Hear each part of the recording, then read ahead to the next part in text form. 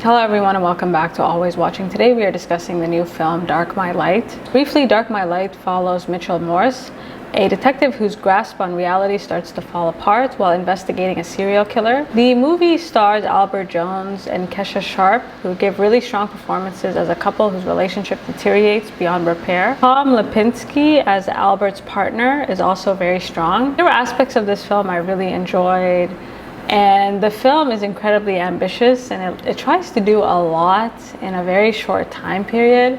However, ultimately, I was very frustrated. Technically, the film is impressive, the cinematography, and the way the scenery really comes to mirror the detective's mental state. The film starts off with an incredibly compelling storyline. We're introduced to Detective Morse, who's not only tasked with investigating a serial killer, but also working with a new partner who has a reputation for violence. As the narrative unfolds, it becomes nearly impossible to differentiate between how much of what we're seeing is real and how much of it is totally in Detective Morse's head. The movie takes on an almost science fiction type of quality. And although it's very intriguing and very well done, it ultimately distracts from the core of the story. There are a number of repetitive scenes, and this movie really demands your attention because there are differences, but they're incredibly subtle.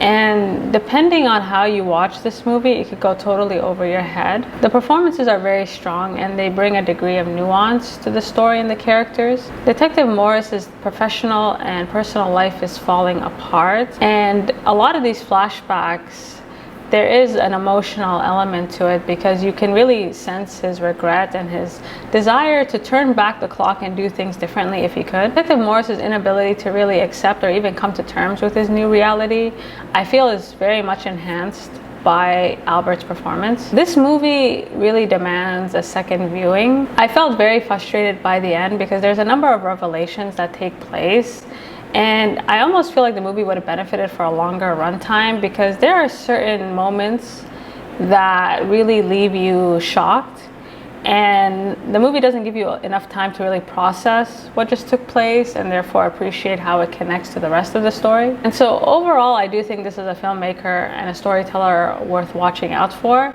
I think less definitely would have been more, and if you have seen it, please let me know what you think.